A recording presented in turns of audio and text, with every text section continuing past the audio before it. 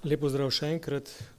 Sem vesel vseh naših uvodničarjev, da so tako podarili sodelovanje in hkrati vesel direktorica, da je to še poentirala, poudarila, ker v realnem se pa tega ne vidi tako dobro, ne. Žal smo vsi pri velikih besedah, potem ko pridejo v realno situacijo, se pa ravnatelji, direktorji marsikdaj soočate z bolj resnimi primeri. Zato poudarek še enkrat, poklicno izobraževanje je res drugačno od splošnega in tukaj je nuja partnersko sodelovanje vseh deležnikov. Brez tega si vse tisto, kar je bilo prej rečeno, lahko samo zamišljamo in imamo nekako vizualizirano, vendar v realnem svetu ne bo stalo.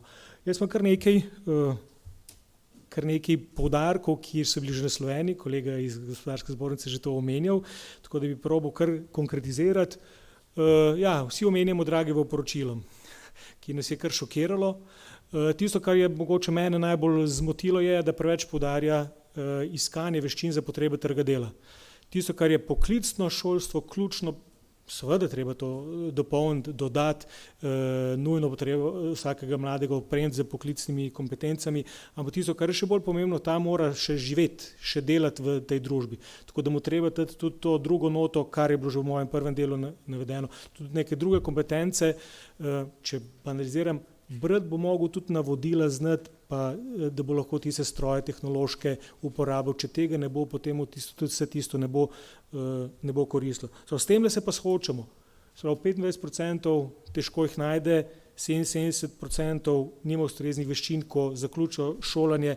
Demografske spremembe ne samo nam, ampak v celi Evropi nam niso v prid in 2 milijona na letnem nivoju bo manj delavcev. Tako da na tem način do 2040. Na ta način bo treba nekaj prilagoditi in tlele, kot bom že večkrat poudaril, mogoče na vsakem slajdu, sodelovanje je ključ.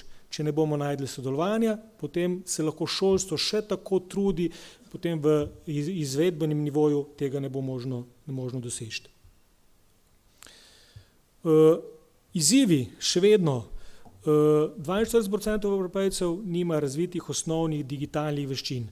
A mogoče veste, da je danes obletnica 39 let, v kar je vstopil v naš svet operacijski sistem Windows 1.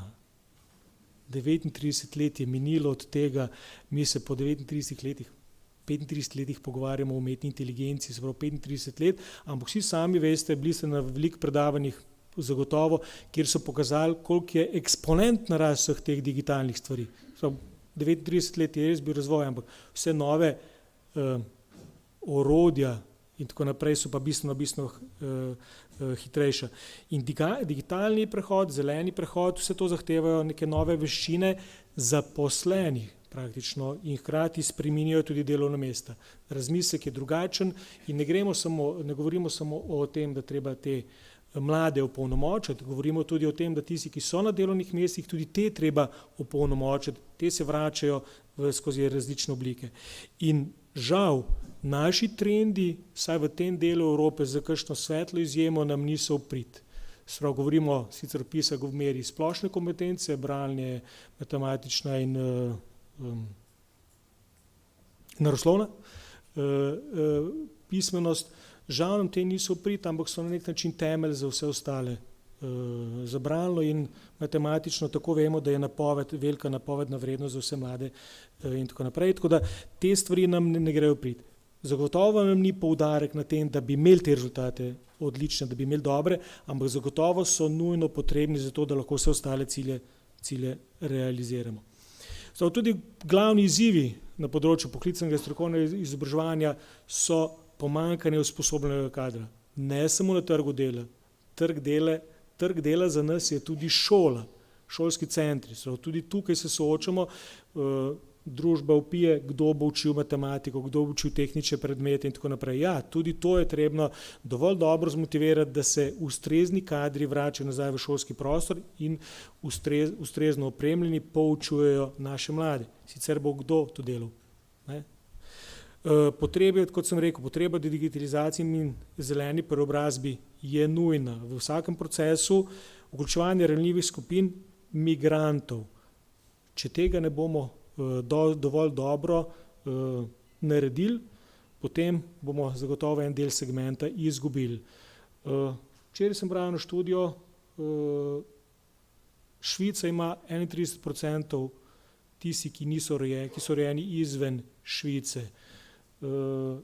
Presenetila me je država, ki sem pa zdaj pozabil, ki ima 50% takih, pa vseeno uspešno sodeluje, uspešno pripravlja vse programe in tako naprej. Tako da mi z bistveno manjšim deležem bi morali najti mehanizme, kako te privabiti oziroma kako jih vključiti na nek način.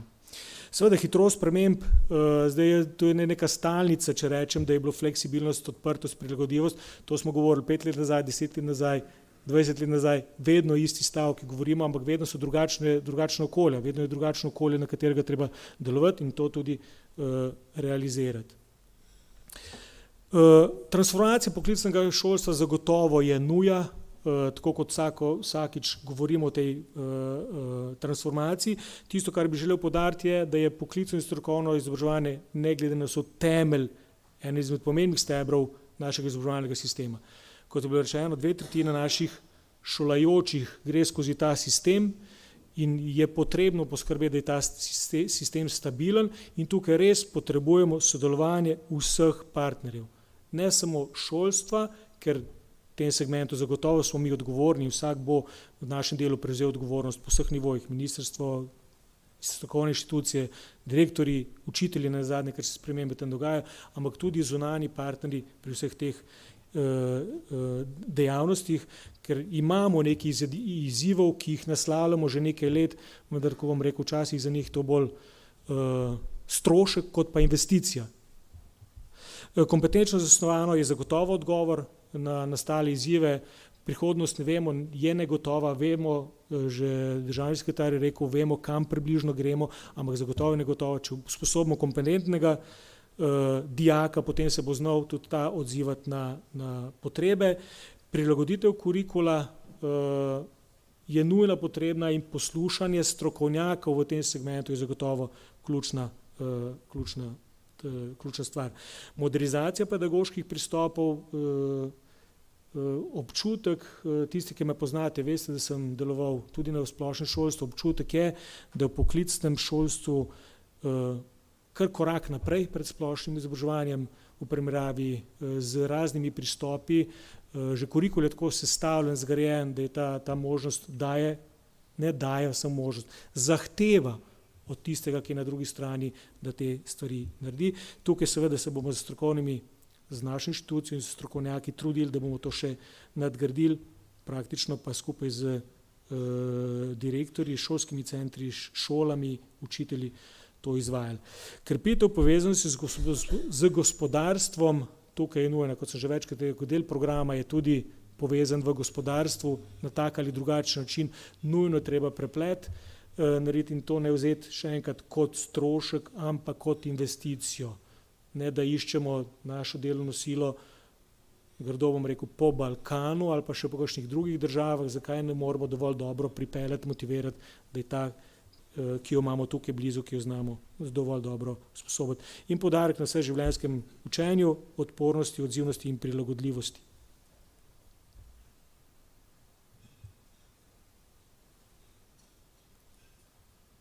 Scenarij. Tole so imeli moji kolegi, mene takrat še ni bilo v Sloveniji, 22. delavnico na temo, kam bo šlo prihodnost poklicnega šolstva. Kako se umešča, najdli so več scenarijev, ključ ni v katerih scenarijih, tako kot smo rekli, trenutno danes za jutri ne vemo približno, kje bo, kako bo, ampak neki postulati so pa skupni vsem. In jaz bi rad poudaril vsem te postulate. Kaj je nujno potrebno iz vseh teh scenarijev, ne glede na, ali bo to posebno šolstvo, ali bo pridruženo, ali bo neka paleta tega vsega, ki bojo vsi ponudniki in tako naprej. Ne glede na to, mora biti dostopno poklicnega in strokovnega izobraževanja vsem ciljnim skupinam in to je nujno. Vse življenjsko učenje mora biti vključeno v ta del. Učenje z delom ima zelo pomembno mesto v poklicnem in strokovnem. Brez tega bodoči delavec, bodoči tisti, ki bo delal, ne bo vedel, ne bo opremljen. Lahko mu teoretično razlagamo, kako to izgleda, ampak praktično ne bo spoznal in bo težava potem kasneje. Zato je nujna potrebna krepitev povezave med izobraževanjem in gospodarstvom. Še enkrat, po moje, škoda, ker danes tukaj ni več tistih z druge strani, ker smo spet šolniki, govorimo sami sebi, ko je to potrebno. Seveda, kot strokovna inštitucija prevzemimo svoj del odgovornosti, da povežemo vse akterje, da jih dovolj dobro opremo, seznanimo in tukaj je tudi ministrstvo, ki ne mora stati ob strani, da druge akterje pripeljemo, da je to zelo pomembno, tak vidik sodelovanja. In karierna orientacija, ki bo lahko mladega opremila z dovolj informacijami, znani, zato da se bo pravilno odločil. Mi ne želimo targetirati, da mora se nujno upisati poklicno šolstvo, ampak da dobi dovolj informacij, kaj mu ena taka karierna pot nudi, da ni to zaprta pot, kar je odraz našega dobrega sistema, ampak da lahko skozi različne poti tudi kasneje uspe na ali akademski ali kako višji ravni.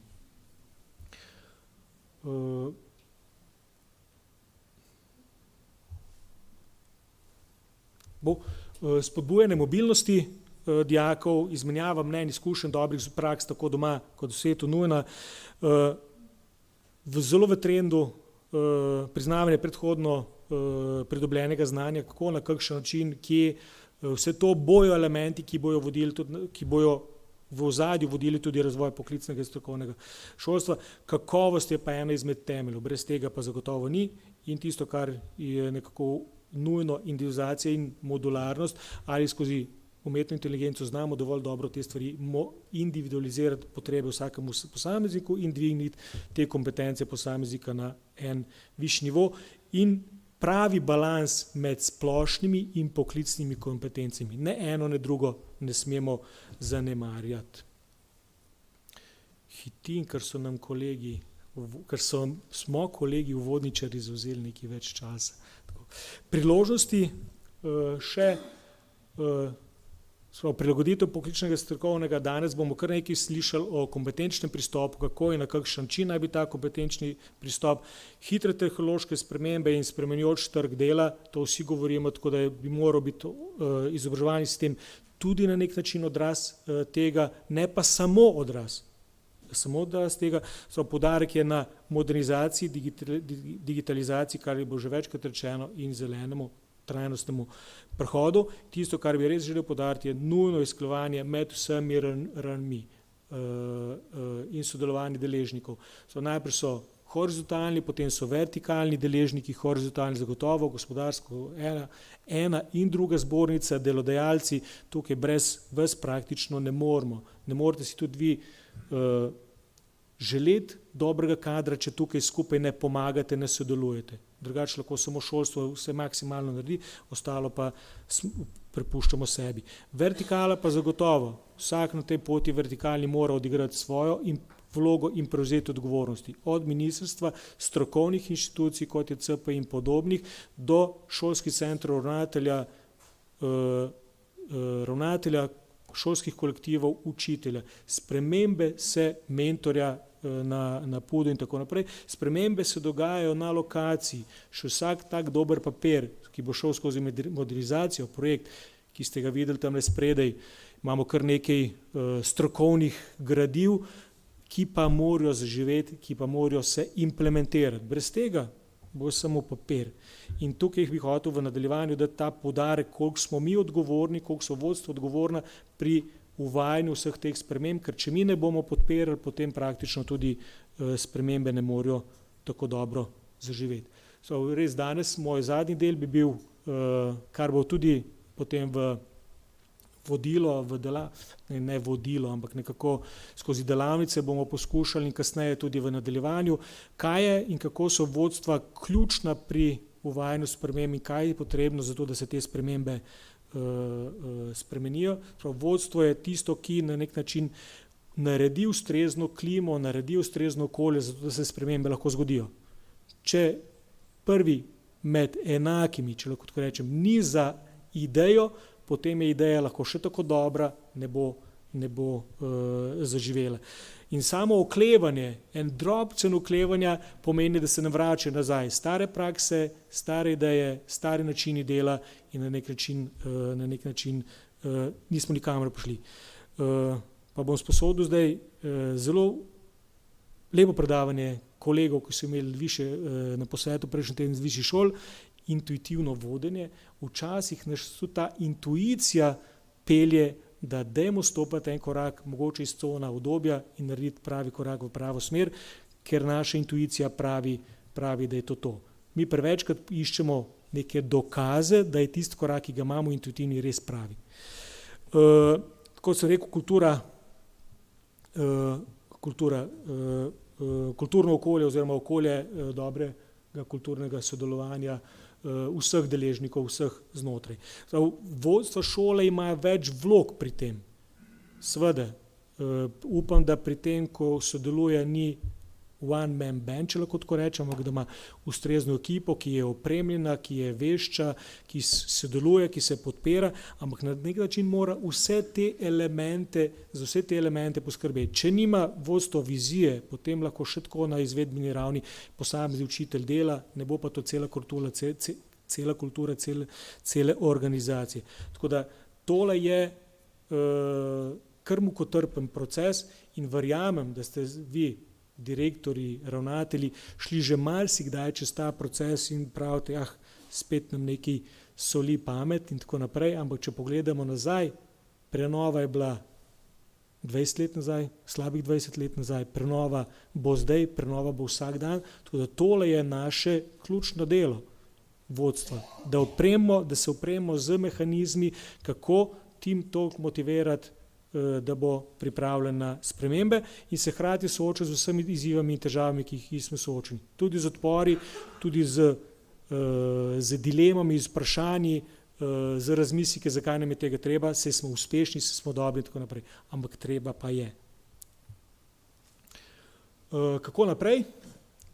Zagotovo je ključ celovitost. Spravi, iz vseh zornih kotov pogledati, celovito naslavljati izzive, ki nas čakajo in strateški pristop, to, ki sem omenjal, odgovornost nas vseh na vseh nivojih, da ministrstvo ve, kakšno strategijo imamo, da CPI ve, kakšno strategijo, da vi šole kot same veste, kam želimo pa zagotovo eno kvalitetno, narobe sem rekel, odlično poklicno in strokovno izobraževanje.